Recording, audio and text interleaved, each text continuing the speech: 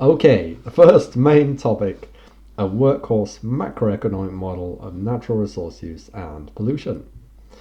So what are we trying to do in this topic? We're trying to build a model which we can apply to lots of different questions.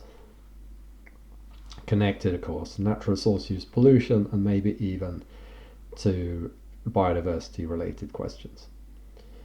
And of course, depending on what we apply it to, we're going to be tweaking it. We're going to be adding bits, taking bits away, whatever. But we want a basic framework which is highly applicable to different questions that makes sense. Okay, so what would such a framework look like? And we're going to look at a bunch of different frameworks that have been used in the literature over the last 50 odd years and criticize them and head towards what we think a good framework should look like. Okay, let's get started. So the first framework we're going to look at is used to look at questions related to natural resource use, and it's the so-called limits to growth model.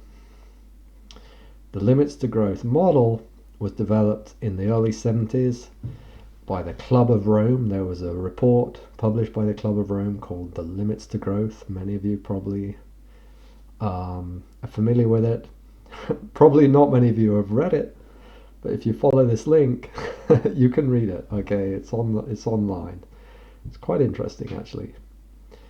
It's based on a huge black box computer model. Well, not huge by modern standards, but a black box computer model with, I don't know, 50 odd equations in it, or 100 maybe, interlinking. So it's not easy to see exactly how it works, but some economists back in the 70s put a lot of work into delving in and finding out how it worked. You can have a look at Nordhaus's article, if you like, for instance. That's the same Nordhaus who got the Nobel Prize in 2018, I think it was. Let's set up a very, very simple limits model, which you could argue is almost a little bit the core of this much bigger model. So this is our incredibly simple model. We've got a finite resource stock, which is extracted in this model. It costs nothing to extract. There's no inputs going into this extraction process, right? It's being fed into the final good production where labor also kicks in. And then the production function is Leontief, right? Production Y is the minimum of two inputs, ALL and R, where AL is labor productivity, which grows by a factor 1 plus theta each period. So what's going to happen in this model? Well, it's going to crash, this economy, isn't it? I'm going to want you to work out exactly why. I'm not going to take you through it. But assume that the restore stock is finite and open access. So there are no property rights over this resource. What does that mean about the resource price? Okay, think about that. Describe carefully what happens over time if there's 1 unit of labor.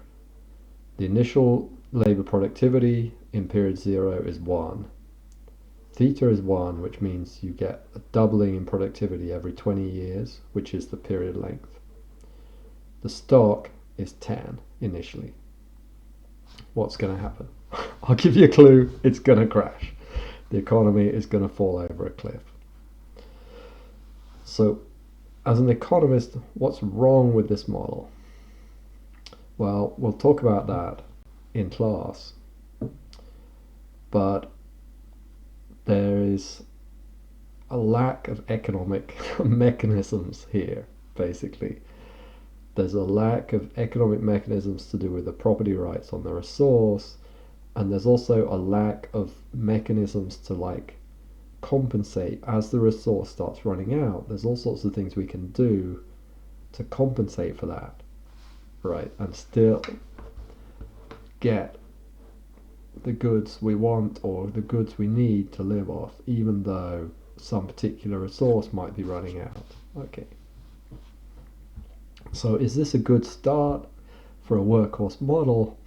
Well, the structure does have something to recommend it, right? We've got the sort of final goods sector, labor, we've got a resource input. Okay. It depends. It's all relative. Okay. There's certainly a lot of work to do before we've got a workhorse model we're happy with. If we go on to something a little bit closer to the real model in the book, well, we need to add a capital stock with depreciation. As you know, the capital is fed into by the final good. So some of these goods, they don't go to consumption, they go to add to a capital stock, which then feeds in to production. We also have labor and capital inputs into resource extraction, so it doesn't just extract itself. Furthermore, as the resource stock runs down, we need more and more labor and capital in there to get more resource out. So that's quite a nice property. There's also a model of food production, which needs capital, and there's a model of population growth, which is linked to food. All these individual models, they sort of, or many of them, they make a fair bit of sense. But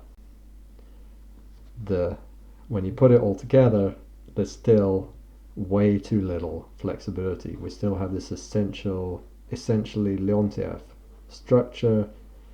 As this starts running down, there's no mechanisms to sort of adapt to that. But because we now have inputs here and costs of extraction, we get a little bit more of a soft landing compared to the previous model. And this is actually what happens. So the model is run from 1900 up to 1970-ish, which is then, I guess, it's made to sort of fit their data or the data that they have, and then they keep it going.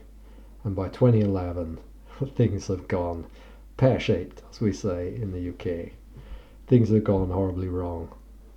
Industrial production crashes, resource extraction crashes, and food per capita crashes. Before long, food per capita has gone below what we need to survive, and population crashes. Okay, is this a good workhorse model? Well, it's not great, is it? We need to introduce some economics into this. We need to introduce economic mechanisms, adaptation mechanisms. And next up, we'll see how the economists responded to this, and we'll see whether we like their model any better.